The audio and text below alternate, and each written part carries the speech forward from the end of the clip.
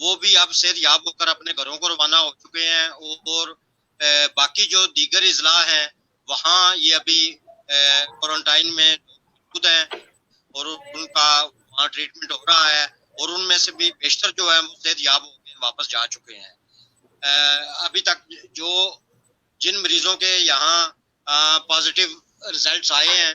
ان میں 60 کے قریب لوگ جو ہے وہ آزاد کشمیر کے 10 اضلاع میں رہ چکے ہیں، اور مجموعی طور پہ آزاد کشمیر میں 60 کے قریب جو ہے وہ قرنطینہ سینٹر بنائے گئے ہیں، جن میں وزیر اعظم ہاؤس بھی ہے اور دیگر ہاسپٹلز بھی ہیں، اور مختلف ہوٹلز وغیرہ اور ریسٹ ہاؤس وغیرہ میں بھی یہ قرنطینہ سینٹرز بنائے گئے ہیں۔ اس کے علاوہ جو انٹری پوائنٹس ہیں آزاد کشمیر میں وہ تقریباً جو انتظامیہ نے ایس او پیز کے تحت جو ہے وہ بند کیے ہوئے ہیں، اور اسمارٹ لاک ڈاؤن کے تحت جن کے پاس آزاد کشمیر میں داخلے کی اجازت ہوتی ہے، یا آزاد کشمیر سے جو لوگ اجازت لے کر کسی مریض کو لے کر باہر جاتے ہیں یا کسی کو ضرورت کے پیش نظر یہاں آنا پڑتا ہے، تو وہ انتہائی ضروری حالات میں جو ہے وہ انتظامیہ سے باقاعدہ اجازت نامہ جاری ہونے کے بعد انہیں آزاد کشمیر میں داخلے کی اجازت دی جاتی ہے۔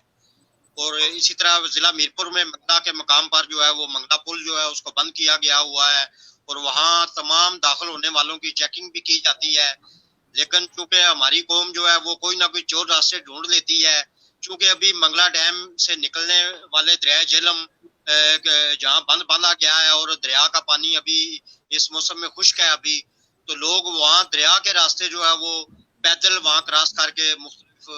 رات کو یا صبح سحری کے وقت میں وہ آزاد کشمیر ادھر ضلع میرپور میں داخل ہو جاتے ہیں۔ تو اس سے بھی جو ہے وہ گزشتہ دنوں پنجاب کے مختلف علاقوں سے لوگ آئے اور یہاں ایک ڈیڈ باڈی لے کر آئے، اور انہوں نے وہاں یہ دکھایا کہ ہمارے پاس یہ جو ڈیڈ باڈی ہے یہ ہارٹ پیشنٹ تھے، اور ہارٹ پیشنٹ کی وجہ سے ان کی ڈیتھ ہوئی ہے، جبکہ وہ کورونا کی وجہ سے ڈیتھ ہوئی تھی، اور اس کی وجہ سے 9 مزید لوگوں کو انہوں نے جو ہے وہ اس میں انوالو کیا، اور وہ متاثر ہوئے اور ان کے کرونا جو ٹیسٹ تھے وہ پازیٹیو نکلے، اور علاقے کو سیل کر کے وہاں جو ہے وہ ان کو کوارنٹائن میں رکھا گیا۔ تو اس لحاظ سے میں یہ سمجھتا ہوں جو لوگ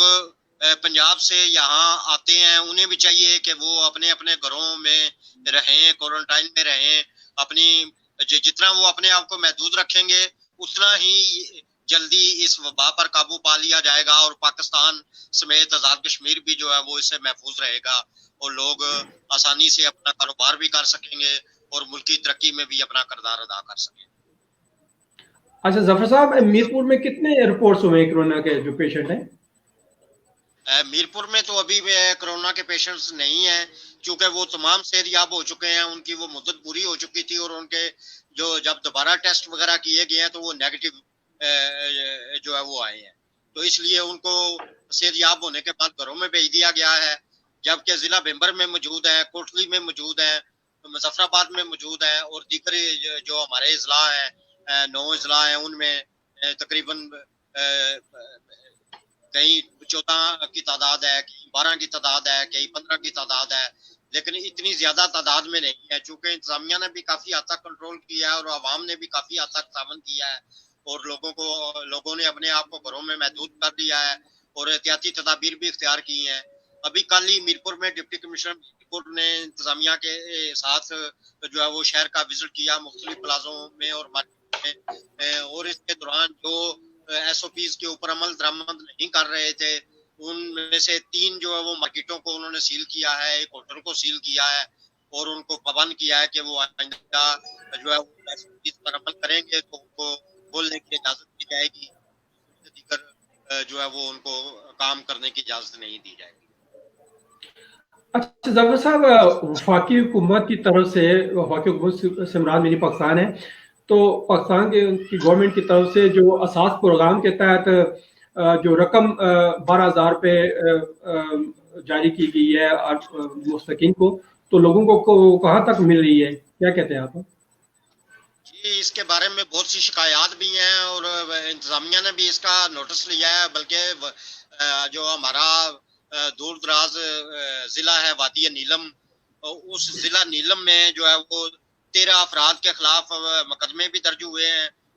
اور مظفر آباد سے ایک جو ہے وہ تحصیلدار کو بھی جو ہے وہ معطل کیا گیا ہے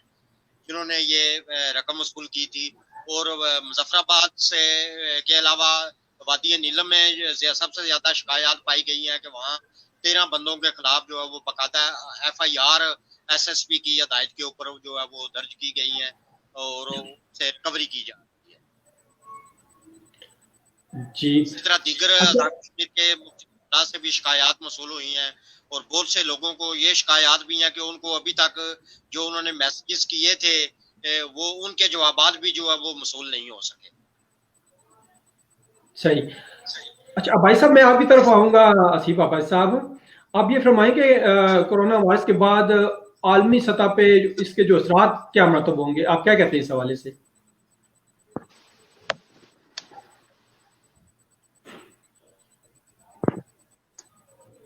عباسی صاحب آپ کو آواز آ رہی ہے؟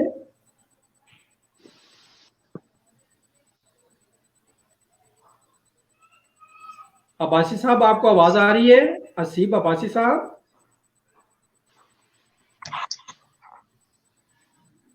ان کو آواز نہیں جا رہی یا میرا خیال ہے عباس صاحب کی طرف کوئی فنی خرابی ہوگی. میں دوبارہ ایک طرف آتا ہوں. ظفر صاحب وہاں کا کشمیر میں بخصوص عوام اور پولیس کا جو رویہ ہے وہ اکثر دیکھنے میں آیا کہ بڑا نیگیٹو رہا ہے. تو آپ کی طرف بھی کوئی ایسا معاملات رہے ہیں، کوئی افراتفری یا مارا ماری اس طرح کے معاملات تھے؟ جی بابر بھائی بالکل آپ نے ایک اچھا سوال کیا ہے، اور میں یہ کہنا چاہتا ہوں کہ انتظامیہ کی طرف سے تو کافی حد تک جو ہے وہ زیادہ تر ہوم ورک ہی کیا گیا ہے اور فائل ورک کیا گیا ہے، لیکن عملاً جو ہے وہ پولیس نے گرفتاریاں بھی کی ہیں، ڈبل سواری کے اوپر بھی پابندی ہے، ان کو موٹر سائیکل بھی ضبط کی ہیں، کچھ تشدد کی شکایات بھی موصول ہوئی ہیں، اور اس کے لیے میں نے خود بھی وکلاء کے ساتھ مل کے جو ہے وہ ڈپٹی کمشنر میرپور کو نشاندہی کر کے باقاعدہ پن پوائنٹ کر کے اپلیکیشن بھی ایک دی ہے، اور وزیر اعظم پاکستان کے پورٹل پر بھی جو ہے وہ اس کو اپلوڈ کیا گیا تھا، اور وہاں سے بھی جو ہے وہ ڈپٹی کمشنر میرپور اور کمشنر میرپور کو وزیر اعظم پاکستان کے پورٹل سے جو ہے وہ ان کو ہدایت کی گئی ہے کہ اس کی چھان بین کر کے اور جو حقائق ہیں ان کے مطابق جو ازالہ ہے وہ اس کو ممکن بنایا جائے. تو یقیناً اب اس سے بھی فرق پڑے گا، اور اس میں ہم بھی اویئر ہیں، اور جہاں کہیں پولیس کی طرف سے یا انتظامیہ کی طرف سے کوئی زیادتی ہوتی ہے تو ہم اس کو باقاعدہ انتظامیہ کے ساتھ بیٹھ کے ان سے بات کر کے ان کو آگاہ بھی کرتے ہیں، اور اس کے ازالے کے لیے بھی کوشش کرتے ہیں. چونکہ بینگ اے جرنلسٹ اور being a son of the soil بھی ہمیں یہ کوشش کرنی چاہیے، اور ہم کرتے بھی ہیں، اور بہت سے اور دیگر ہمارے بھائی بھی اس حوالے میں اپنا بھرپور کردار ادا کر رہے ہیں. اسی طرح جو ہمارے نوجوان وکلاء ہیں اسپیشلی وہ بھی اس میں کافی اویئر ہیں، اور جہاں کہیں بھی کوئی ایسی شکایت موصول ہوتی ہے تو باقاعدہ جو ہے وہ SSP کو، DIG صاحب میرپور کو اور ڈپٹی کمشنر میرپور اور کمشنر میرپور کو اس سے آگاہ کیا جاتا ہے. اپنا بھائی صاحب آپ کو میری آواز آ رہی ہے؟ جی جی آ رہی ہے. اچھا بھائی صاحب یہ فرمائیں کہ عالمی سطح پر اس لاک ڈاؤن کے بعد جو کورونا وائرس کے جو اثرات مرتب ہوئے ہیں وہ کیا، اس کی کیا فیلنگز ہیں آپ کے حوالے سے، اس حوالے سے؟ عالمی سطح پہ اگر آپ دیکھیں تو یہ ایک بڑا ہی بھیانک اور سول وار اورینٹڈ ایک منظر پیش کر رہا ہے. جس طرح کہ میں نے آپ کو پہلے بھی بتایا کہ یہ ایک it's a part of a bigger plan, ایک ورڈ استعمال کیا جاتا ہے کہ یہ ایک سازشیں ہیں جو کہ ایک ٹریگر کرتی ہیں ایک بڑے بھیانک چہرے کو. جیسے کہ میں نے آپ کو پہلے بھی بتا چکا ہوں کہ یہ صرف اور صرف چند دنوں کی باتیں نہیں ہوتی، اور یہ صدیوں کی ایک پلاننگ ہوتی ہے. جیسا کہ میں آپ کو بتاتا چلوں، کورونا وائرس جو کہ لوگ عوام یہ جانتی ہے کہ یہ ایک ریسنٹلی یہ ایک وبا جو کہ ایک اللہ تعالیٰ نے بھیجی ہے. تو اگر آپ اس کا پس منظر دیکھیں تو 2016 میں ایک یوٹیوب پہ ایک ویڈیو لانچ کی جاتی ہے ڈاکٹر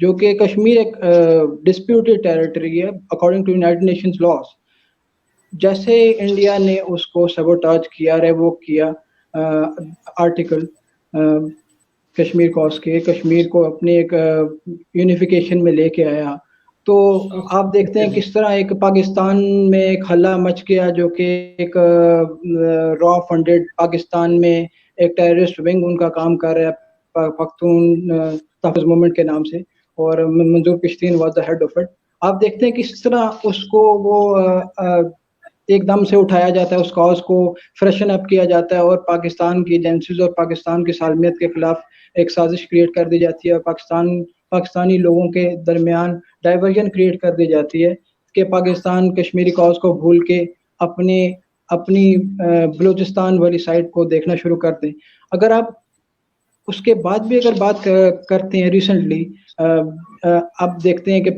کافی عرصے سے پی ٹی ایم جو تھی وہ بیک ڈور ہوئی تھی، اور پی ٹی ایم کا کوئی رول اتنا زیادہ ہائپ نہیں ہوا تھا. ریسنٹلی آپ دیکھتے ہیں ڈیولپمنٹس فالو ہوتی ہیں اور پی ٹی ایم دوبارہ کھڑی ہو جاتی ہے. کیوں؟ کیونکہ ریسنٹلی ریاض نائک کو ایک کمانڈو جو کہ حریت کا شیر آپ جس کو بولتے ہیں، برہان وانی ونگ یا برہان وانی شیر پیک کہ آپ اس کا نام دیں، تو اس کو انہوں نے شہید کر دیا. اور سب سے پہلے پاکستان کی طرف سے پاکستان کی اٹینشن سبوٹاج کس نے کرنا چاہیے؟ آپ سب جانتے ہیں پی ٹی ایم پھر سے انہوں نے بتا دیا کہ وہ کتنے پاکستان کے خلاف ہیں یا کتنے بھارتی ایجنڈے کو فالو کر رہے ہیں. جی مغل صاحب، آپ اس وقت جو کشمیر میں مقبوضہ کشمیر میں جو لاک ڈاؤن آج سے 8-9 ماہ پہلے سے چل رہا ہے، اس کو آپ کس تناظر سے دیکھتے ہیں؟ یہ لاک ڈاؤن آپ یہ الگ طرف سے کوئی آزمائش کی گھڑی نہیں تھی، آپ کیا کہتے ہیں مغل صاحب؟ جی عالم بھائی، بابر بھائی، شکریہ آپ کا کہ آپ نے یہ سوال پوچھا. بات کر رہے تھے، یہ مجھے پتہ نہیں کشمیری ہیں یا نہیں، بہرحال میں تو سن آف دا ساحل ہوں، کشمیری ہوں، تو اس حوالے سے میرا پوائنٹ آف ویو ان سے تھوڑا ڈیفرنٹ ہے. چونکہ یہ پاکستان میں بیٹھے ہوئے ہیں، اس لیے پاکستان کی بات کر رہے ہیں. لیکن میں یہ کہوں گا کہ مقبوضہ کشمیر میں اس وقت جو صورتحال ہے، وہاں بھی لاک ڈاؤن ہے. کشمیریوں کے اوپر پہلے بھی جبر و تشدد جو ہے وہ جاری تھا، اب مزید انہوں نے ان کا جو ہے وہ عرصہ حیات تنگ کر دیا ہے. ان کے اوپر جو ہے وہ آئے روز نت نئے قوانین نافذ کر کے اور ان کو جو ہے وہ گھروں تک محدود کر دیا گیا ہے، اور انہیں ٹارچر میں رکھا جا رہا ہے، تشدد کیا جا رہا ہے. یہاں تک کہ ابھی کتنے صحافی جو ہیں وہ ابھی شہید ہو چکے ہیں. صحافیوں کو وہاں جانے کی اجازت نہیں ہے، ان کو وہاں کوریج کی اس طرح اجازت نہیں ہے جس طرح کی ہونی چاہیے تھی. میں اس سلسلے میں گزارش کروں گا کہ بین الاقوامی جو صحافیوں کی تنظیمیں ہیں، ان کو بھی چاہیے کہ وہ بھارت کو اس گھنونے وہ دھندے سے روکیں، اور جو انہوں نے سختیاں صحافیوں کے اوپر اور کشمیری عوام کے اوپر نافذ کر چکی ہیں، جو بین الاقوامی انسانی حقوق کی تنظیمیں ہیں، مہذب ممالک ہیں، اور بالخصوص یونائٹڈ نیشنز ہے، جو سیکورٹی کونسل ہے، اس کو اپنا کردار ادا کرنا چاہیے. اور کشمیر کی آزادی کے لیے اور اقوام متحدہ میں، چونکہ جیسے بھائی نے بھی ذکر کیا کہ اس کے اوپر کئی قراردادیں پاس ہو چکی ہیں، سیکورٹی کونسل میں بھی قراردادیں پاس ہو چکی ہیں، تنازع علاقہ ہے، اور رائٹ آف سیلف ڈٹرمنیشن کے اوپر جو قراردادیں ہیں، ان کے مطابق ان کو ان کا حق خود ارادیت دینے کے لیے اقدامات اٹھانے چاہیے، اور ایڈمنسٹریٹر رائے شماری کا تقرر جو ہے وہ ہونا چاہیے. پاکستان ٹھیک ہے، وہ کہتا ہے کہ میں وکیل ہوں. عمران خان صاحب میرپور تشریف لائے 6 فروری کو یوم یکجہتی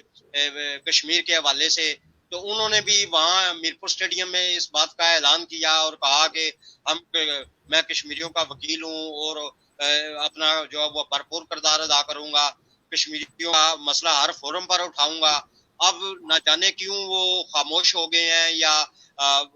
امریکہ کے دورے کے بعد وہ اب تک وہ اس طرح کردار ادا نہیں کر سکے جس طرح کہ ان کو کرنا چاہیے تھا، جس طرح وہ بڑے بھائی کا ہونے کا پاکستان دعوے دار ہے. اور پاکستان کے مفاد میں بھی یہی ہے کہ وہ کشمیر کی آزادی کے لیے جو ہے وہ بین الاقوامی سطح پہ اپنا بھرپور کردار ادا کرے، اور اسپیشلی جو ہے وہ ایڈمنسٹریٹر رائے شماری کا تقرر جو چونکہ وہ اقوام متحدہ کی قراردادوں کے مطابق یونائٹڈ نیشن کے سیکرٹری جنرل کا رول ہے، اس کا کردار بنتا ہے، انہوں نے اس کی تعیناتی عمل میں لانی ہے. اور آزادی کی بات تو تبھی ہوگی نا، حق خود ارادیت تو تبھی دیا جائے گا نا جب کوئی رائے شماری ایڈمنسٹریٹر مقرر ہوگا اور وہ جو ہے وہ رائے شماری کروانے کے لیے آگے بڑھے گا. تو اس کے تقرر کے لیے جو ہے وہ حکومت پاکستان کو اور بالخصوص وزیر اعظم پاکستان کو، صدر پاکستان کو جو ہے وہ اپنا کردار ادا کرنا چاہیے. اور چونکہ آزاد کشمیر کی حکومت ایک منتخب نمائندہ حکومت ہے، میرا سو اختلاف ہو سکتا ہے فاروق حیدر وزیر اعظم آزاد کشمیر سے، لیکن چونکہ وہ کشمیریوں کے منتخب نمائندے ہیں، ان کو آگے کرنا چاہیے اور ان کو یونائٹڈ نیشن میں بھیجا جانا چاہیے، سیکورٹی کونسل میں بھیجا جانا چاہیے. اور جو ہے وہ بین الاقوامی عدالت انصاف میں جو ہے وہ پاکستان کو اپنا جو ہے وہ کردار ادا کرنا چاہیے، تاکہ یہ جو کشمیریوں پہ کڑا وقت ہے ان کے اوپر جو ظلم و تشدد کی سیاہ رات جو ہے وہ ختم ہو سکے اور ایک آزادی کی صبح طلوع ہو سکے اور وہ اپنا حق خود ارادیت جو ہے وہ ادا کر کے اور اپنے ووٹ کا حق استعمال کر کے جو ہے وہ اپنے مستقبل کا فیصلہ کر سکے. ظفر صاحب، کشمیری کو اقوام متحدہ کی قراردادوں کے مطابق کیوں نہیں حق ارادی دیا جا رہا؟ حالانکہ بھارت یہ مسئلہ کشمیر خود اقوام متحدہ میں لے کر گیا تھا، اس کے کیا پس منظر ہے؟ یہ دیکھیں نا جی کہ یہ تو بالکل آپ کی بات بجائے ہے کہ بھارت خود جو ہے وہ یہ کیس لے کر سیکورٹی کونسل میں گیا اور وہاں نہ صرف بھارت نے بلکہ پاکستان نے بھی تسلیم کر رکھا ہے کہ وہ کشمیریوں کو حق خود ارادیت دیں گے اور رائے شماری کے لیے جو ایڈمنسٹریٹر کا تقرر اقوام متحدہ کے سیکرٹری جنرل نے کرنا ہے اس کو دونوں ملکوں نے تسلیم کیا ہوا ہے اور ممبر ممالک نے بھی تسلیم کر رکھا ہے. لیکن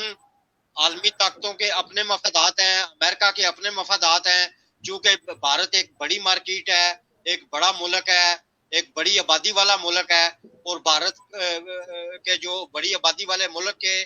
میں جو ہے وہ ٹریڈ بھی جو ہے وہ انہوں نے اپنا سامان بھی بیچنا ہے، اپنا اسلحہ بھی بیچنا ہے، امریکہ نے ان کے اپنے مفادات ہیں، وہ اس کو اس اینگل سے دیکھتے ہیں اور اقوام متحدہ جو ہے وہ بھی اس طرح اپنا کردار ادا نہیں کر رہا جس طرح کہ اس کو کرنا چاہیے تھا. اس لیے میں یہ سمجھتا ہوں کہ زیادہ ضروری، زیادہ جو اہم بات ہے وہ پاکستان کا کردار ہے اور پاکستان کو اس سلسلے میں جو ہے وہ اپنا بھرپور کردار ادا کرنا چاہیے اور اقوام متحدہ کی سیکورٹی کونسل میں جانا چاہیے. اور اقوام متحدہ کے چونکہ ابھی یہ 2 ماہ پہلے فروری میں اقوام متحدہ کے سیکرٹری جنرل پاکستان کے 3 روزہ دورے پر تشریف لائے، لیکن یہ کشمیریوں کی بدقسمتی سمجھ لیں اور پاکستان کی بدقسمتی سمجھ لیں کہ اس دورے میں مسئلہ کشمیر جو ہے وہ شامل ہی نہیں تھا. تو اس کے باوجود چاہیے تو یہ تھا کہ اگر سفارتی مجبوریاں تھی پاکستان کی تو کم از کم وزیر اعظم آزاد کشمیر کو آگے کیا جاتا، ان کی ملاقات کروا کے جہاں ان کو کھانے دیے کہ ان کو جو ہے وہ ویلکم کیا گیا، وہاں وزیر اعظم آزاد کشمیر کو ان سے ملاقات کروا کے ان کی طرف سے کہلوا دیا جاتا، وہ بات کرتے کہ جو ہے وہ اقوام متحدہ کے سیکرٹری جنرل وہ اپنے منصب کے مطابق جو ہے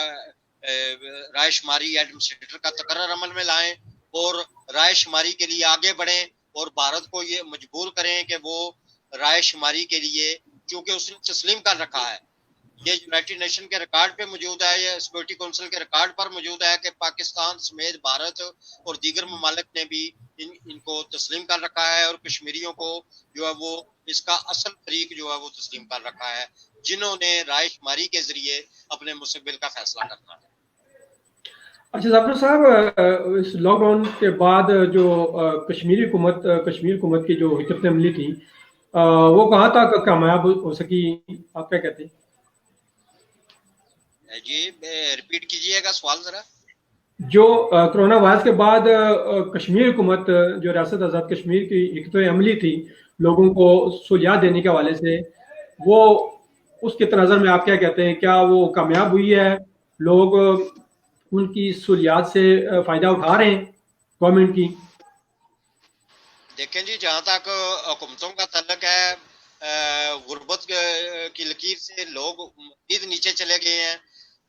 غربت بڑی ہے، معاشی حالات ملک کے خراب ہوئے ہیں. اسی طرح آزاد کشمیر میں بھی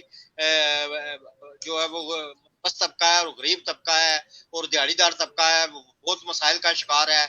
ویسے تو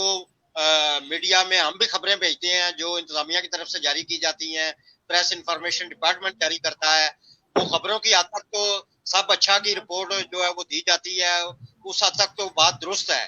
لیکن عملاً جو ہے وہ لوگ بہت مسائل کا شکار ہیں. حکومتوں کی سطح پہ عوام کو ریلیف دینے کے لیے وہ کردار ادا نہیں کیا جو کیا جانا چاہیے تھا. ابھی جو مصدقہ اطلاعات ہیں کہ پاکستان سے کم از کم جو ہے وہ 2 ارب روپے کا سامان جو ہے سیاسی حوالے سے وزیر امور کشمیر کی وساطت سے مظفر آباد میں پی ٹی آئی کے لوگوں کو نوازنے کے لیے, چونکہ یہ ہمارا آخری سال ہے, حکومت کا 5واں سال ہے اور 5 سال کے بعد پارلیمانی نظام ختم ہونے جا رہا ہے اور اگلے سال جو ہے وہ مئی جون میں آزاد کشمیر میں الیکشن ہونے ہیں.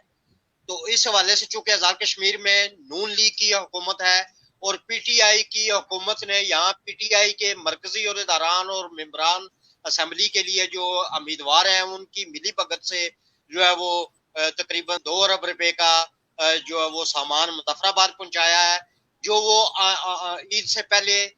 چند دن پہلے وہ تقسیم کرنا چاہ رہے تھے کہ پی ٹی آئی کی فہرستیں بنا کے اپنے لوگوں کو اپنے حلقہ انتخاب میں تقسیم کرنا چاہ رہے تھے.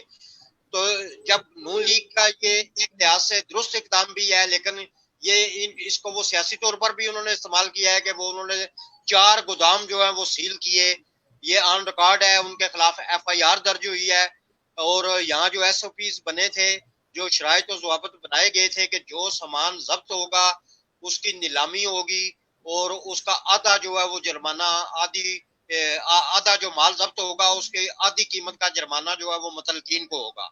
تو اس میں جو ہے وہ ایک بیکری کے جو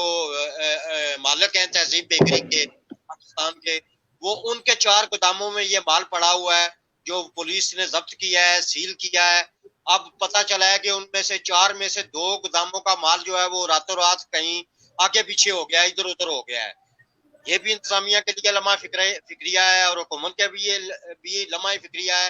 پاکستان حکومت بھی اس کو تسلیم کرنے کے لیے تیار نہیں ہے کہ ہم نے یہ جو ہے وہ اپنے لوگوں کے لیے یہ مال بھجوایا تھا, اور جہاں تک ہماری اطلاعات ہیں کہ اس میں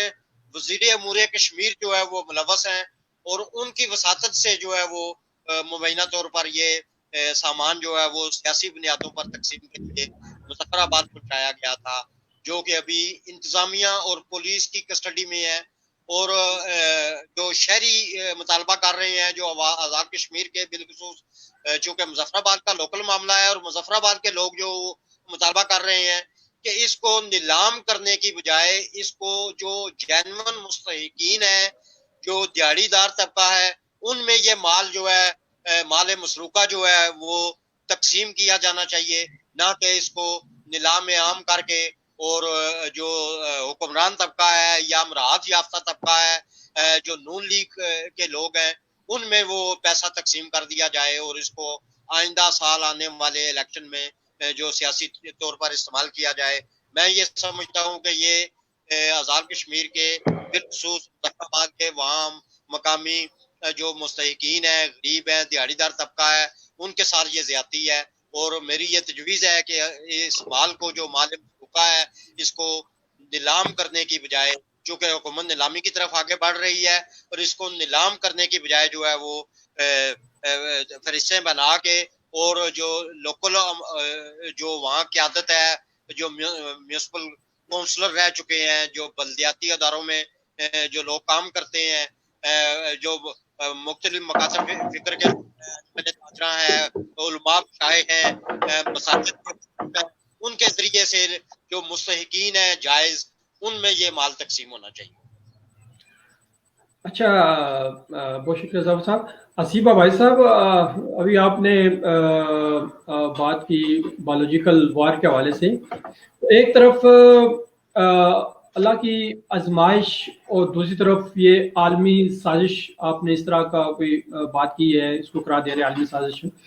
میں یہ بھی سمجھ رہا ہوں کہ کوئی وقت تھا, کوئی دور تھا کہ تلواروں سے جنگیں لڑی جا رہی تھیں, پھر اسلحہ آ گیا, بارود آ گیا, پھر ایٹم بم آ گئے. تو اب ایک تحریک، ایک نئی وار جس کو آپ نے عالمی سازش کا دی ہے، بایولوجیکل وار. تو یہ بایولوجیکل وار ان تمام جنگوں سے کوئی خطرناک امر نہیں ہے؟ آپ کیا کہتے ہیں؟ یہ تو بہت بڑا خطرہ ہے عالمی امن کے لیے. اصل میں یہ بات صرف اور صرف جو بایولوجیکل ویپن کا ایک بات کی ہے، یہ میں نے نہیں کی، یہ بل گیٹس نے کی ہے. صحیح. یہ بل گیٹس کے ورڈز ہیں کہ یہ اس کے الفاظ ہیں کہ اگلی جو جنگیں ہوں گی وہ تلوار یا چاقو سے نہیں ہوں گی، اور یہ جنگیں جو ہوں گی وہ صرف اور صرف بایو ویپن سے ہوں گی یا ایک نیریٹو بلڈ کر کے ہوں گی. اگر آپ کسی بھی قوم کے درمیان نفرت کا بیج بو دیتے ہو تو وہ کٹھی کبھی رہ نہیں سکتی. جب وہ کٹھی نہیں رہے گی، اس میں فسادات اور ایسی چیزیں جب اس کے اندر اس کا مقدر بن جائیں گی تو شکست اس کے لیے کبھی دور نہیں رہی. ہم یہ جانتے ہیں کہ پاکستان اس وقت کافی سامراجی قوتوں کے زیر اثر ہے، اور پاکستان قدرتی طور پہ، یہ اللہ تعالیٰ کا فضل ہے اس ملک پہ کہ ابھی تک اکٹھا ہے. اگر آپ پاکستان کو دیکھیں تو بلوچستان میں جس طرح بغاوت یا کہہ لیں کہ بھارت فائنینسڈ گروپس جو کام کر رہے ہیں، ہمارا بلوچستان فنکشنل نہیں ہے. یہ ایک افسوسناک خبر ہے جو کہ آپ سب جانتے ہیں، اور حقیقت سے کوئی بھی ڈھکی چھپی بات نہیں ہے. اگر ہم بات کرتے ہیں کراچی کی، تو کراچی کو ریسنٹلی سینیٹائز کیا گیا ہے ہماری آرمی کی طرف سے، جو کہ آپ جانتے ہیں کہ ایک نیریٹو بلڈ کیا گیا تھا لسانیت کے اوپر کہ پنجابی، اردو اور بلوچی اور پٹھان الگ الگ، حالانکہ ہم ایک ملک میں رہتے ہیں اور مسلمان ہیں اور ایک اللہ تعالیٰ کو ماننے والے ہیں. تو ہمیں کبھی بھی ایسی باتوں پہ نہیں پڑنا چاہیے، کیونکہ اگر آپ پنجاب میں دیکھیں تو پٹھان، بلوچی یا پنجابی کا ایک کانسیپٹ اتنا زیادہ ویوڈلی نہیں ایکسپلائٹ کیا جاتا جو کہ کراچی میں کیا جا رہا تھا. اور اس وجہ سے کافی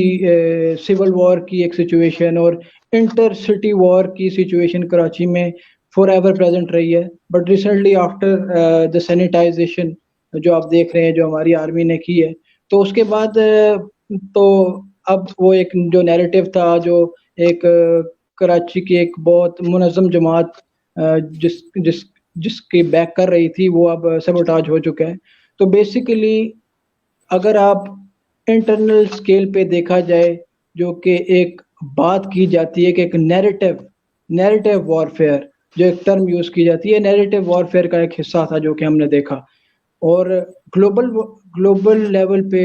اگر آپ دیکھتے ہیں تو یہ ایک بایولوجیکل ویپنری ہے جو کہ ایک بڑی مشینز کو، بڑی مشینری کو، اکانومیکل چیمپئنز کو بھی سیبوٹاج کر سکتے ہیں، جو کہ آپ ریسنٹلی دیکھ چکے ہیں چائنا کے کیس میں. اور اگر آپ اس کی امپلیکیشنز دیکھنا چاہیں تو اس کی امپلیکیشنز بہت زیادہ ڈائیورس ہیں. اگر آپ ریسنٹلی بل گیٹس کی اسٹیٹمنٹ دیکھیں پاکستانی پرائم منسٹر عمران خان کے ساتھ، وہ سرپرائز تھا کہ پاکستان میں یہ بایولوجیکل ویپن کیسے نہیں چل سکا، کیونکہ پاکستان اور انڈیا اور بنگلہ دیش یہ وہ ملک ہیں جہاں پہ لوگ اکٹھے اور گروپ کی شکل میں رہتے ہیں. اگر آپ اس چیز کو مد نظر رکھیں اور دوسرے اینگل کو دیکھیں کہ کس طرح جو ڈیولپڈ کنٹریز ہیں وہ کس طرح منظم اور کس طرح ایک پرنسپلڈ وے میں رہتی ہیں، تو پاکستان میں کرونا کے کیسز نیچرل طور پہ بہت زیادہ ہونے چاہیے تھے، جو کہ ایک شاکنگلی کم ہے، جو کہ ایک بل گیٹس جیسے ایک بل گیٹس جیسے اینالسٹ بھی ایک شاکنگلی شاک ہو سکتے ہیں کہ یہ کیسے پاسبل ہے. تو آپ جانتے ہیں بایولوجیکل ویپن ایک عام چیز نہیں ہے. اس سے پہلے ہم دیکھ چکے ہیں کیمیکل ویپنز کو ورلڈ وار 2 میں بھی استعمال کیا، اور اس کو یونائٹڈ نیشنز نے بین لگا دیا کیونکہ اس کے جو ڈیتھ تھی وہ بہت زیادہ پینفل تھی اور وہ انسانوں کے لیے تو کبھی بھی استعمال ہو ہی نہیں سکتا اکارڈنگ ٹو یونائٹڈ نیشنز. لیکن بایولوجیکل ویپن آپ دیکھ رہے ہیں کہ یہ کیسے اسٹرائک کر رہا ہے. 2015 کی ٹیڈ ٹاکس کے اندر بل گیٹس نے سیدھا کہہ دیں کہ بتا دیا کہ اگلی جو جنگ ہونی ہے وہ بایولوجیکل ویپن ہے, اور اس نے یہ بھی عندیہ دے دیا کہ ہم اس کے لیے تیار نہیں ہیں اور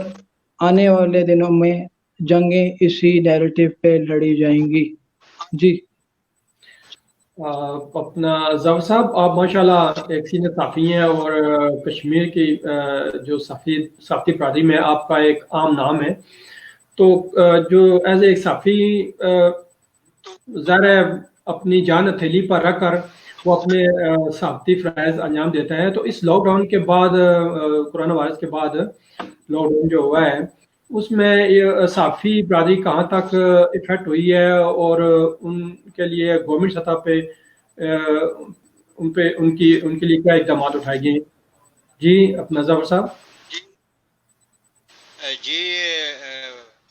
بھائی شکریہ آپ کا.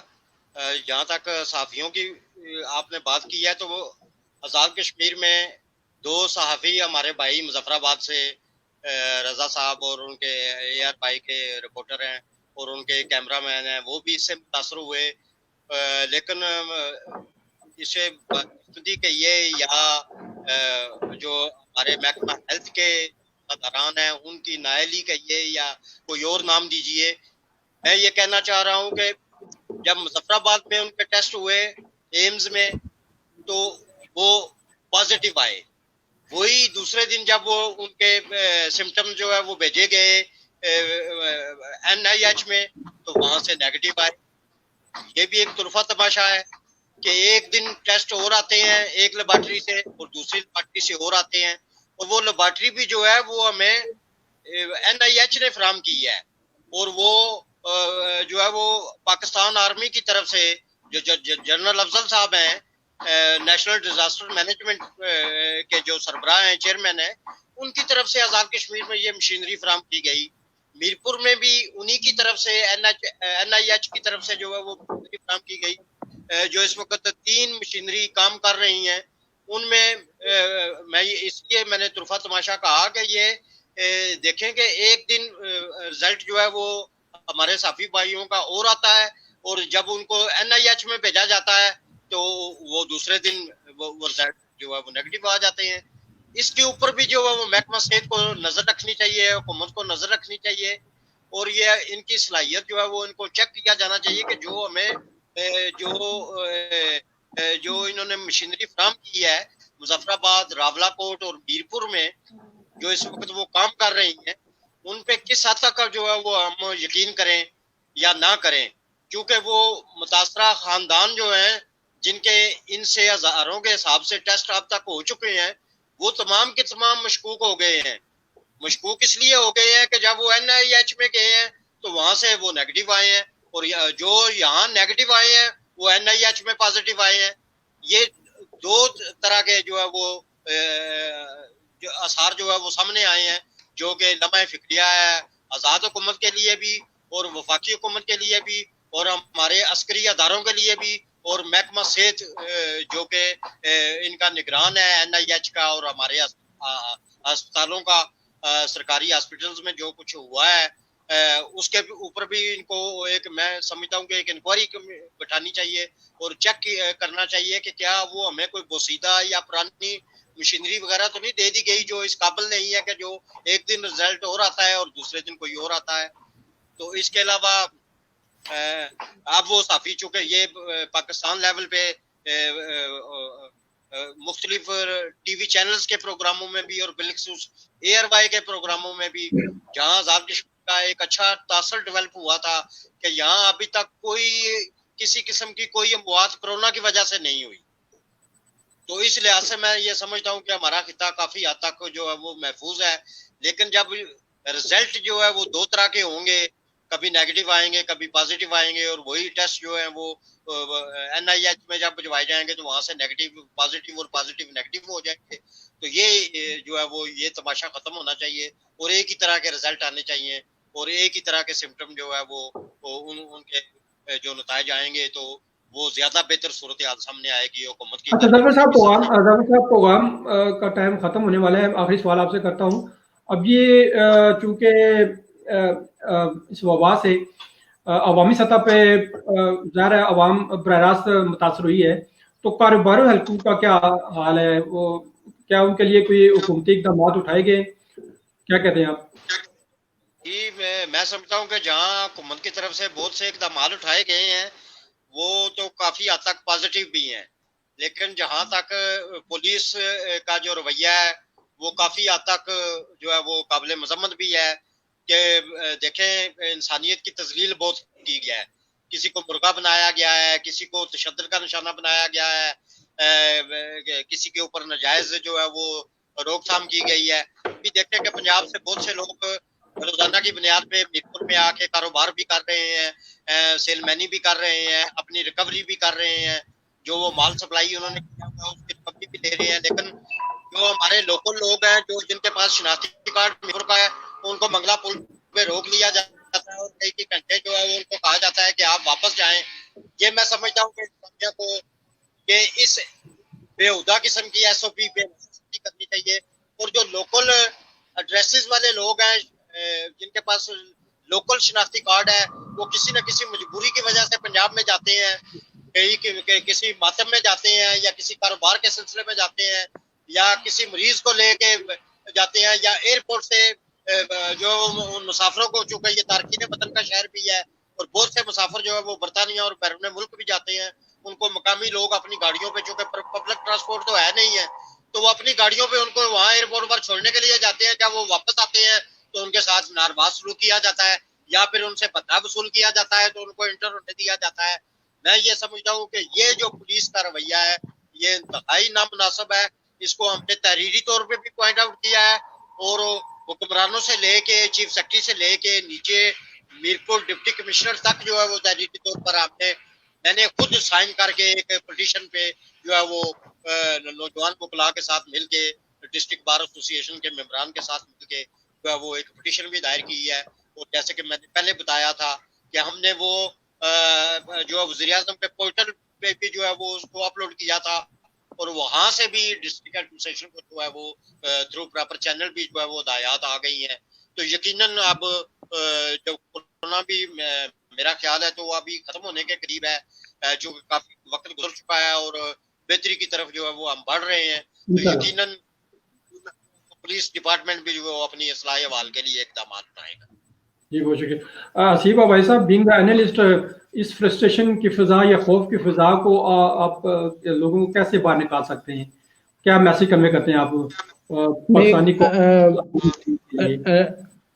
اصل میں ابھی اگر آپ یہ دیکھیں تو انہوں نے کہا کہ کرونا ابھی ختم ہونے والا ہے جیسا کہ انہوں نے بتایا, لیکن بل گیٹس جو کہ ایک بہت میچورڈ ایک چیمپئن رہے ہیں, انٹرپرینیور رہے ہیں اور بہت بڑے ایک اسٹریٹجسٹ رہے ہیں, اگر آپ ان کا بیک گراؤنڈ دیکھیں تو انہوں نے اس کا اندیا 18 مہینے دیا جبکہ وہ لانچ کریں گے ایک ویکسین اور جو کہ پوری دنیا کے لیے وہ ایک پروڈکشن یونٹ کے اندر پروڈیوس کریں گے. نمبر 2, اگر آپ جاننا چاہتے ہیں کہ ہم ایز اے قوم کیسے اس چیز کو نیگیٹ کر سکتے ہیں اور یہ جو ایک انارکی سی ایک موجود ہے ہمارے اندر, اس کو ہم کیسے ریموو کر سکتے ہیں اپنے اندر سے, تو ہمیں چاہیے کہ ہم ایز اے قوم یہ سوچنے کا وقت ہے, کیونکہ آنے والا وقت شاید ہمارے ساتھ اتنا نہ دے جتنا کہ اس نے پہلے دیا ہے. جیسا کہ آپ جانتے ہیں کہ کشمیر کاز کو بہت زیادہ ایک بوسٹ ملے گا, کیونکہ وہاں کی جو تحریک اور جو کہ ایک یونیفیکیشن کے بعد لوگوں کو بہت زیادہ دبا کے رکھا گیا تھا. 9 لاکھ کم و بیش بھارتی فوجی ادھر موجود رہے ہیں اور جو کہ کشمیر کاز کو سبوٹاج کرنے کی کوشش کر رہے ہیں. تو اس اسنا میں کسی نے کبھی نہ کبھی تو کشمیر کے وہ غیرت مند بیٹے اور جاگیں گے اور جب وہ جاگیں گے تو پھر یہ جنگ جو شروع ہوگی یہ صرف اور صرف کشمیر میں نہیں رہے گی بلکہ پاکستان میں بھی آئے گی، اور جو اس کی امپلیکیشنز ہیں وہ ہمارے لیے یہ ہونی چاہیے کہ ہم ایز اے قوم تھوڑا کرونا کی طرف تھوڑا سا کم توجہ دیں، اور ہمیں چاہیے کہ ہم جتنی بھی ہماری قوتیں ہیں اور ہماری سوچ ہے، اور ہمیں چاہیے کہ ہم اپنے اور اپنے آنے والے وقت کا خیال کریں، اور جیسا کہ قرآن مجید میں موجود ہے حضرت یوسف علیہ السلام نے کس طرح خواب کی تعبیر پہلے سے کی اور آنے والے وقت کو اپنے لیے تیار کیا، تو ہمیں ایز اے نیشن چاہیے کہ ہم اپنے آپ کو آنے والے وقت اور آنے والی سامراج سے اپنے آپ کو محفوظ رکھنے کے لیے اپنے آپ کی تیاری کریں۔ جی بہت شکریہ جی، ہمارے مہمان میرپور آزاد کشمیر سے ظفر مغل صاحب آپ کا، اور رائل پنڈی سے اینالسٹ اسیف احمد عباسی صاحب آپ کا، ہم بہت مشکور ہیں کہ آپ نے اپنی گفتگو میں سرفراز میں ٹائم نکالا اور پروگرام میں شمولیت اختیار کی، آپ کا بہت شکریہ۔ اللہ حافظ ناظرین۔ اللہ حافظ۔